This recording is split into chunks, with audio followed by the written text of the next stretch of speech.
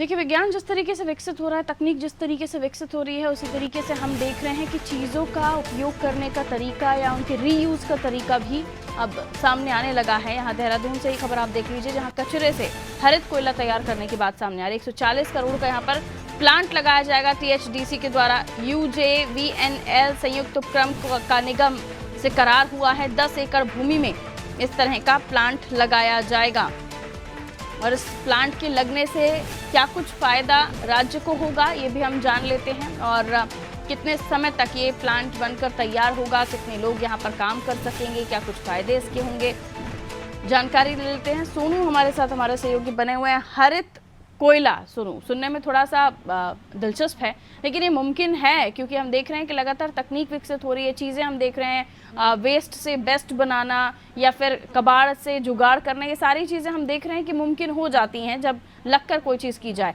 यहाँ पर भी लेकिन प्लांट लगाया जा रहा है THDC के द्वारा। इस प्लांट से क्या फ़ायदे होंगे, सोनू?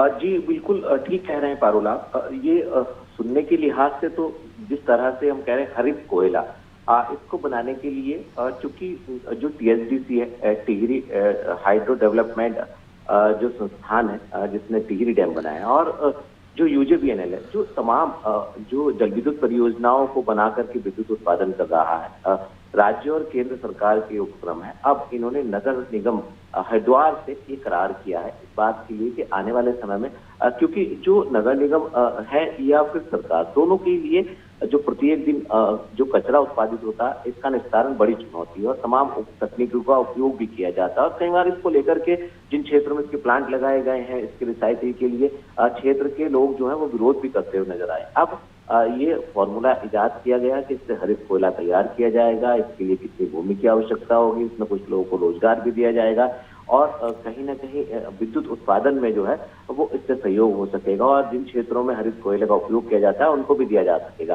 तो ये कोशिश है, ये एक अच्छा प्रयास है आने वाले समय के लिए, और जो कचरा है इसका निस्तारण हो सकेगा। जिस तरह से municipal solid waste to torrefied ये चारकोल तैयार किया जाएगा इससे हरित कोयला, ये कहीं ना कहीं आने वाले समय के लिहाज से हम इसको एक बेहतर प्लानिंग मान सकते हैं। बशर्ते ये देखना होगा कितनी गंभीरता से अधिकारी इसके प्रति काम करेंगे और क्या वास्तव में इसका फायदा आम जन को और सरकार को हो पाएगा।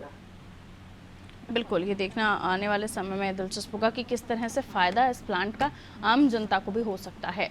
बहुत शुक्रिया सोनू जानकारी के लिए। तो उत्तराखंड की हम बात कर रहे थे, जहां तमाम उत्तराखंड की बड़ी खबरों को हमने इस बुलेटिन में अपने दर्शकों को बताया और इसका विश्लेषण भी किया, ताकि बहुत कम समय में और बहुत डिटेल में आप किसी भी खबर को विस्तार से जान सकें।